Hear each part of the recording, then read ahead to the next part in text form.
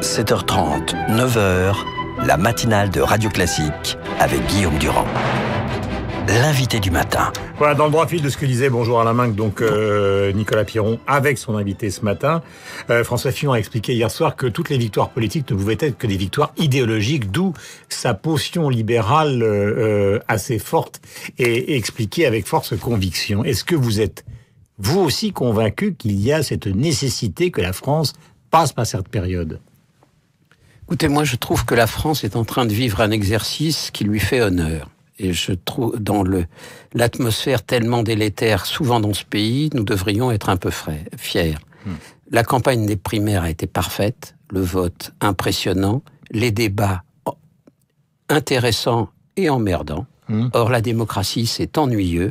Et quand on se regarde par rapport à ce qui s'est passé aux États-Unis, je pense qu'on peut être fier de nous, et y compris par rapport au débat du Brexit, qui était quand même violent et vulgaire. Alors, ça revient à votre question.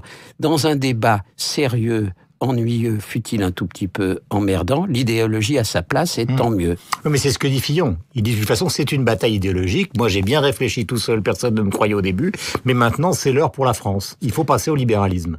Non, mais ce que tempère Juppé. Non, mais de toute façon, ce qui était extrêmement frappant, c'est que pour la première fois, les candidats de la droite française avaient tous un programme libéral.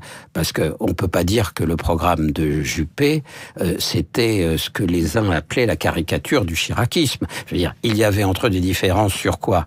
Le nombre de fonctionnaires qu'on doit réduire.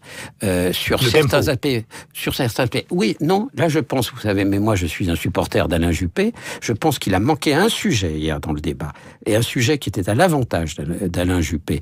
C'est l'histoire des ordonnances. Je crois que le tempo est fondamental, mais que le tempo exige de passer par les ordonnances et pas par la loi, surtout avec un Parlement où désormais il y a non-cumul des mandats, c'est-à-dire des députés qui seront de plus en plus attentifs, discutailleurs et en état de ralentir les choses. Et si on ramène tout ça, disons, à la structure politique du discours d'hier, les éditorialistes ce matin constatent que finalement Alain Juppé a tenu un discours de président, c'est-à-dire un discours de campagne, de réel, pas de primaire, disons raisonnable, alors que Fillon a parlé à un électorat qui en a ras-le-bol de la gauche, ras-le-bol du communautarisme, ras-le-bol des impôts, et donc peut-être plus efficace. 57% ce matin, si on en croit un sondage élable. Non, mais de toute façon, François Fillon est évidemment favori de dimanche, c'est un fait, et vous savez comme moi que tous les sondages post-débat, en réalité, traduisent la vision que les gens ont en réalité des candidats.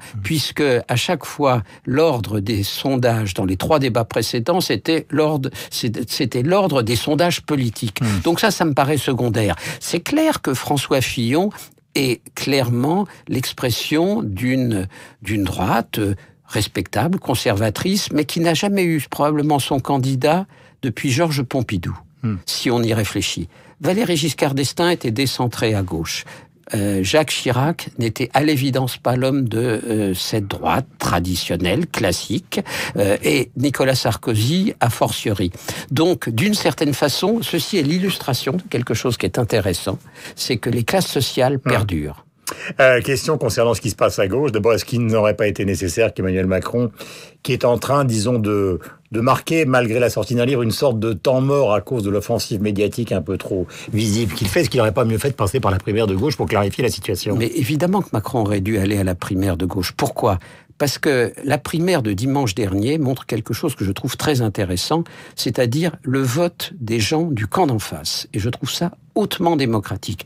Par exemple, moi j'irai voter évidemment à la primaire de gauche. On vous donne 2 fois un bulletin qui vaut 15 voix. J'irai voter à la primaire de gauche pour le candidat le plus modéré, quel qu'il soit. Donc il est bien clair. On va dire par jure. C'est-à-dire, si on dit que les gens de gauche votent à une primaire de droite et que vous qui soutenez Juppé allez voter à la primaire de gauche. Mais parce que c'est une fenêtre démocratique. Et justement, là où Emmanuel Macron a complètement tort, son discours qui est « les primaires sont un moyen pour les partis de verrouiller la politique », est totalement faux. On l'a vu dimanche dernier. Si vous avez 600 000 électeurs de gauche qui vont à la primaire de droite, vous pouviez avoir 1 million d'électeurs modérés qui aillent à la primaire de gauche, faire gagner Macron. Et là, il avait une vraie légitimité politique. La force des très bien primaires... que le problème, c'est qu'il savait que s'il était candidat avec les gens de gauche, il allait se faire étouffer par l'appareil. Mais pas du tout. C'est ce que lui croit. Mais c'est là qu'il ne voit pas le monde tel qu'il est. En réalité, qu'était le poids de l'appareil des Républicains dans la primaire de dimanche dernier? Tout le monde disait l'appareil est dans la main de Nicolas Sarkozy, ce sera un triomphe.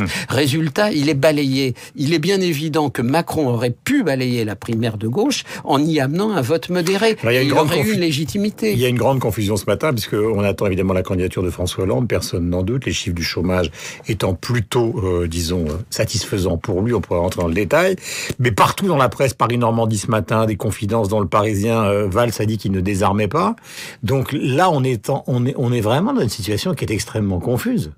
Oui, c'est une situation qui est extrêmement confuse, et c'est en ça que si Macron était allé à la primaire de gauche, au moins il y aurait eu un processus de tri. Alors je ne sais pas si Manuel Valls se dressera jusqu'au point d'aller contre François Hollande à la primaire de gauche, mais à la limite... Si le président pense que de toute façon, si les candidats j'irai coller les affiches, là c'est non, ce matin dans le Parisien, oui. Les propos qui lui sont attribués. Non, mais on voit bien qu'il essaye de faire un bras de fer psychologique avec le président de la République, sauf que le côté impavide de François Hollande fait que je ne suis pas sûr que les bras de fer psychologiques réussissent. En revanche, la question dans laquelle Manuel Valls est, qui est une question légitime, c'est va-t-il à la primaire contre François Hollande? Ça paraît totalement inconcevable au regard de la logique institutionnelle. Sauf que aujourd'hui, les institutions sont en gouvernement intérimaire. Je veux dire, on est dans une période politique, on n'est plus dans une période gouvernementale. Dernier point, il est important, je reçois Philippe Martinez tout à l'heure. Évidemment, le grand absent de cette conversation qu'on avait hier soir, c'est les syndicats, avec cette idée qu'il va falloir passer en force parce qu'ils seront radicalement contre. Est-ce que vous pensez que M. Martinez et donc ses collègues de la CFDT et de Force ouvrière vont se dresser vent debout au lendemain de la présidentielle contre un vote éventuellement de droite? Je pense que les syndicats sont légitimistes, mais qu'évidemment, ce légitimisme est lié à la puissance du vote. C'était une des raisons pour laquelle je souhaitais si ardemment la victoire d'Alain Juppé, c'est qu'il aurait battu Marine Le Pen 70-30. Et on ne se dresse pas contre quelqu'un qui gagne à 70%. C'est pas possible, c'est antidémocratique. Pas la même chose si la victoire est plus serrée. Donc c'est pour ça que Juppé était un meilleur candidat. Mais je crois que les syndicats sont quand même, pendant un temps, respectueux de l'ordre politique, car ce sont des citoyens libres. Voilà, je remarque que vous avez employé l'imparfait, était candidat, ce qui veut dire que d'après vous, c'est quand même François Fillon qui a gagné cette primaire. C'est une interprétation tout à fait personnelle. C'est une interprétation de journaliste, comme dirait François Fillon. Ça, je dois dire que les rapports entre François Hollande et les journalistes et les rapports entre François Fillon et Alain Juppé et les journalistes, ça va changer.